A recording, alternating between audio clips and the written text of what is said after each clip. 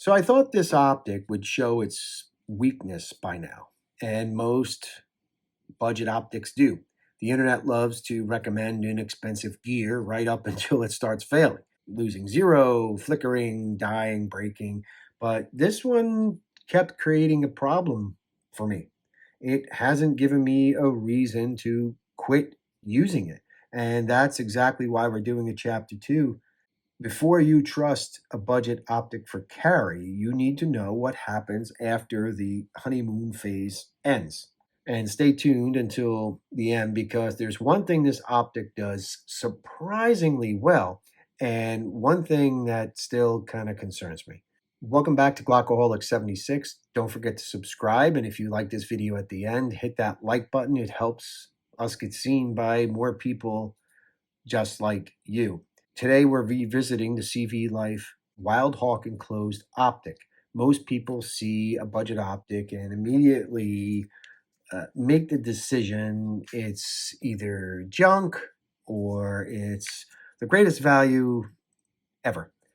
And the truth usually lives somewhere in the middle. What matters is how something performs when nobody's watching.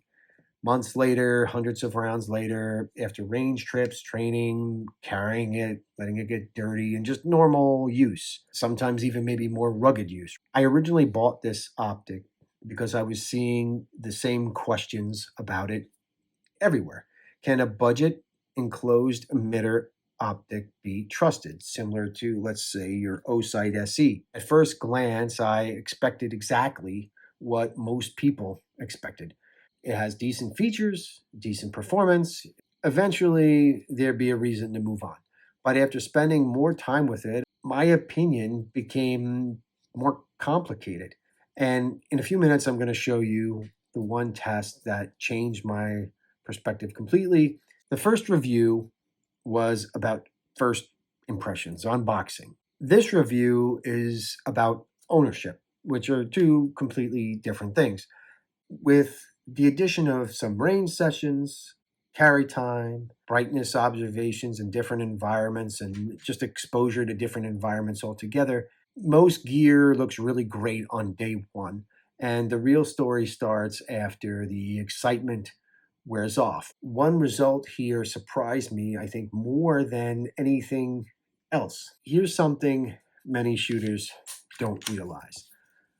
The enclosed emitter revolution happened because military and law enforcement users discovered something simple. Dirt, rain, lint, mud, debris. None of those things care about how expensive your optic is. An enclosed emitter protects against many of those issues.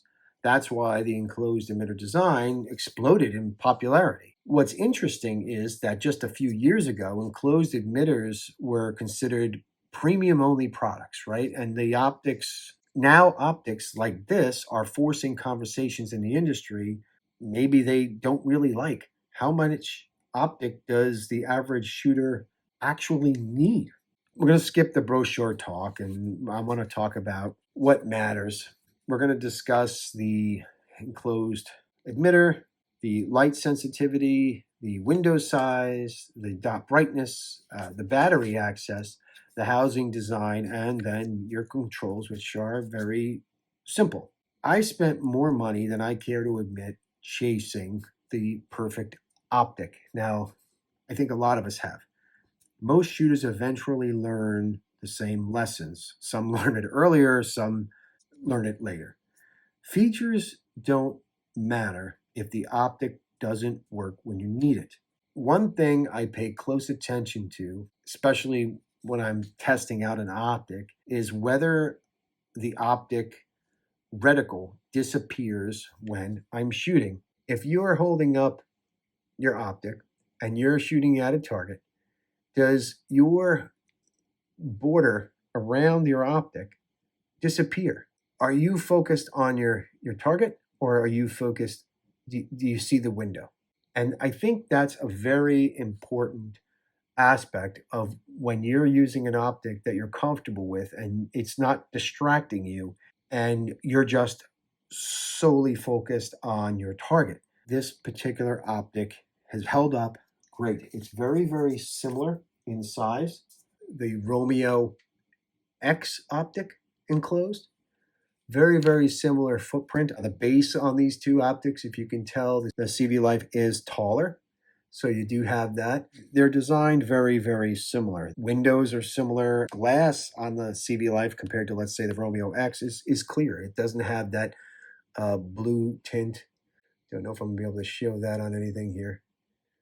But the Romeo X has a little bit of a blue tint. For the price, it's almost one of those things that if it doesn't work after your testing, you tried. If you're looking for a budget enclosed optic, overall, it is doing what I expect it to do. Osight SE, which doesn't have the battery, and I think one of my viewers mentioned they wanted to see a similar comparison. Compared to the Osight direct mounted to the Glock 43X, you could see comparison in size to the Osight. The Osight base is very similar in height. I think the Osight footprint is actually a little bit smaller, maybe even a little bit narrower. All those measurements you can get on the website because somebody wanted to see the two comparison. This is your Glock 43X, and then you have your CVLIFE there. The Olight I've just been using a lot longer, so I am a lot more comfortable with, assuming that price predicts performance, and sometimes it does. Sometimes it doesn't. The only thing that matters, I think, is that performance over time. Would I carry this optic? Probably not just yet, but I don't think it's fully gained my trust.